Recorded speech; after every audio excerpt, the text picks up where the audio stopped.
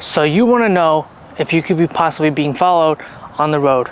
Well, my name is Jacob Zamora. I am the owner of Dropzone Tactical, prior military, and now do private security all the way up to executive protection. So if you stick with me for the next couple of minutes, I'll be talking to you of some ways that you can identify if you're being followed, things to look out for, and how to prevent them. So let's go to the classroom and let's talk about what we can be doing if we get caught in a follow. Okay guys, welcome back to the classroom. So I got my notepad here to stay on topic of what we're going to be talking about, some points that I've just written down. So you guys think that you might be followed at some point in time, or you want to identify ways to know if somebody's following you. So first things first, understand this. We all need to pay attention. Big words here, pay attention. So we can all get thoughtlessly when driving home, and that's fine for a short period of time, but you need to pay attention. Do a T-check on your mirrors, which I like to say, so check your top mirror. This is the same thing that pilots do with their gauges. Top rear view mirror, right and left mirror. Now, if your front windows are not tinted, if somebody's trying to pay attention to where you're looking and think you're suspicious, they can see you looking in your mirrors because they reflect that way, right? So keep that in mind.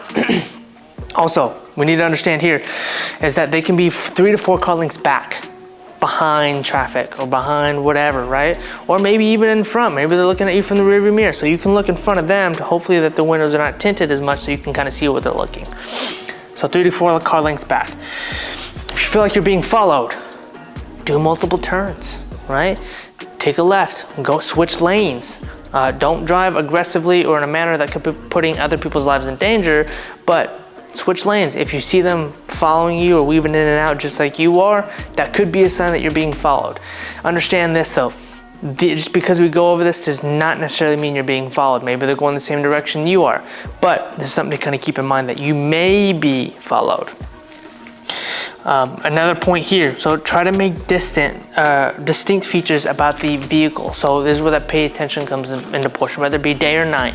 If you're driving, try to look for things that are key features about said vehicle. Are they driving with something hanging from their rear view mirror, right?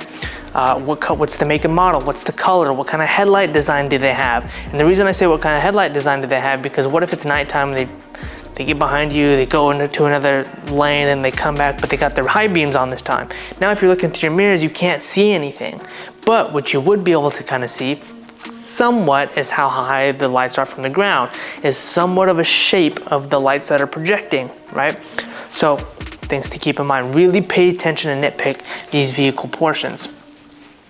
So attempt to drive in a loop. So depending on where you're going, right, we want to be able to make sure that we're driving somewhere in a loop, because if they follow us in a loop, if somebody really had a place to go, they would know where to go.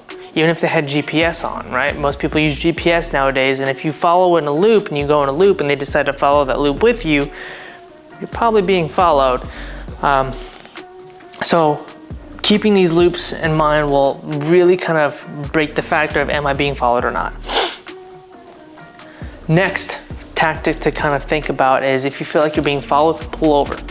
Pull over to a gas station. If you feel like you're being followed for a little while or you feel uneasy, pull over to a populated place.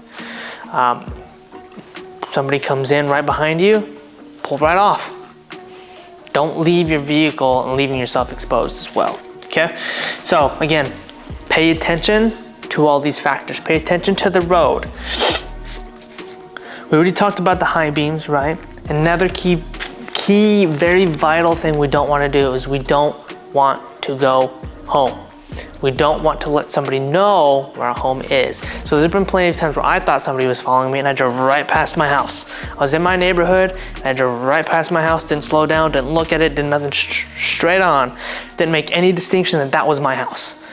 And then I did a loop like we had talked about. I came back around, they bailed off somewhere else, and then I went into my home.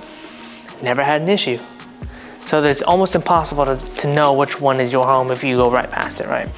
So remember, doing those T-checks with your mirrors. If worst case scenario, at all costs, worst case scenario, and you know they're tailing you, call the police. Call the police, keep driving, give them the best description, let them know where you're going, what direction you're going, so you can kind of get some help, okay? So hopefully you guys enjoyed this video. If you did, leave a like down below. If you thought it was informational, send it with somebody that I think would benefit from it. I gave you a bunch of tips here that are pretty, for the most part, easy to kind of digest and kind of do. There's nothing that really makes you like, oh, let's go good fight. So if you enjoyed it, again, please share it with somebody you think. If you didn't, dislike, but let me know down in the comments of how I can improve it to make it better for you guys. If you guys want, we're doing a 4-day free training on our Dropzone Tactical website right now. So it's dropzonetactical.biz. 4 days free training you guys get. It's being pulled out of straight of our most expensive course that we have to offer, and it's our scenario-based course. We're going to be talking about in that in that email and those videos is how interacting with strangers could be putting your life at danger, more than the just obvious stuff of, you know, what they tell, don't take candy from strangers. So go and check that out on our website. It's a link. It says click here for free training. Click it, fill out your information on there. It'll put you on our newsletter, email newsletter, so you can get it and it won't send it to junk mail. So appreciate you guys, and I'll see you in the next video.